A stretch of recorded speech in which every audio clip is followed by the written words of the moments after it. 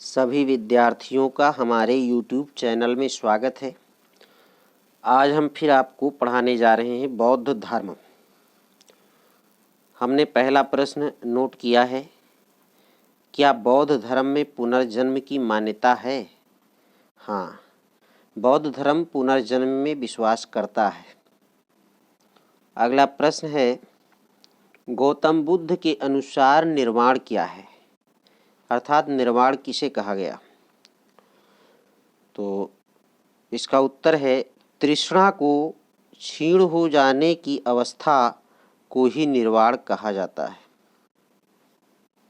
अगला प्रश्न है, विश्व दुखों से भरा है का सिद्धांत महात्मा गौतम बुद्ध ने कहाँ से लिया है? तो ये सिद्धांत महात्मा गौतम बुद्ध ने उपनिषद से लिया है।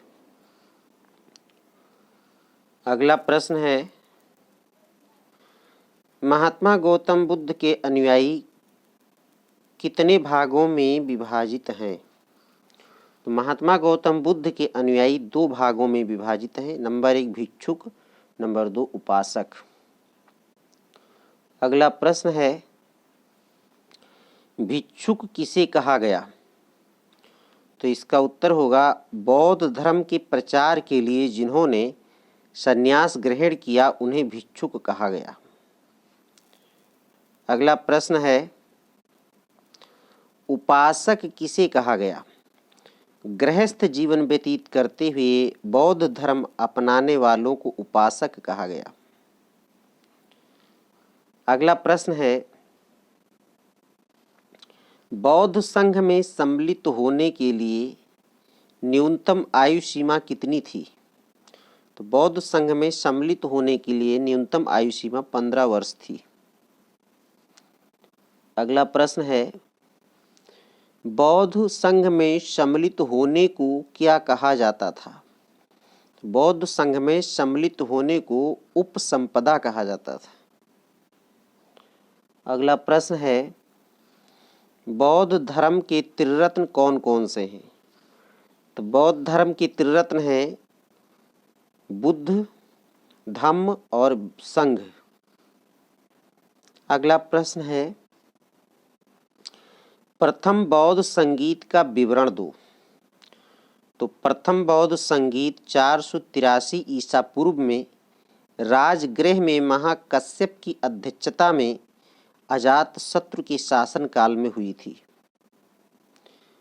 अगला प्रश्न है, द्वितीय बौद्ध संगीत का विवरण दो। इसका उत्तर होगा, द्वितीय बौद्ध संगीत 383 ईसा पूर्व में वैशाली में सबाकामी की अध्यक्षता में कालाशोक के शासन काल में हुई थी। अगला प्रश्न है, तृतीय बौद्ध संगीत का विवरण दो। तृतीय बौद्ध संगीत 255 ईसा पूर्व में पाटलिपुत्र में मोगलीपुत्र तिस्य की अध्यक्षता में अशोक के शासन काल में हुई थी। अगला प्रश्न है, चतुर्थ बौद्ध संगीत का विवरण दो। चतुर्थ बौद्ध संगीत प्रथम शताब्दी में कुंडल वन में वसुमित्र व अश्वघोष की अध्यक्षता में कनिष्क के शासनकाल में हुई थी। अगला प्रश्न है, चतुर्थ बौद्ध संगीत में बौद्ध धर्म कितने भागों में विभाजित हो गया था? तो चतुर्थ बौद्ध संगीत में बौद्ध धर्म 2 भागों में विभाजित हो गया, पहला हीनयान और दूसरा महायान। अगला प्रश्न है, धार्मिक जुलूसों का प्रारंभ सबसे पहले किसने किया था? तो धार्मिक जुलूसों का प्रारंभ सबसे पहले बौद्ध धर्म ने ही किया था। अगला प्रश्न है, बौद्धों का सबसे पवित्र त्योहार कौन सा है? बौद्धों का सबसे पवित्र त्योहार बैसाख पूर्णिमा है, जिसे बुद्ध पूर्णिमा के नाम से भी जाना जाता है। अगला प्रश्न है, बौद्ध धर्म में बुद्ध पूर्णिमा को सबसे ज्यादा महत्व क्यों दिया जाता है?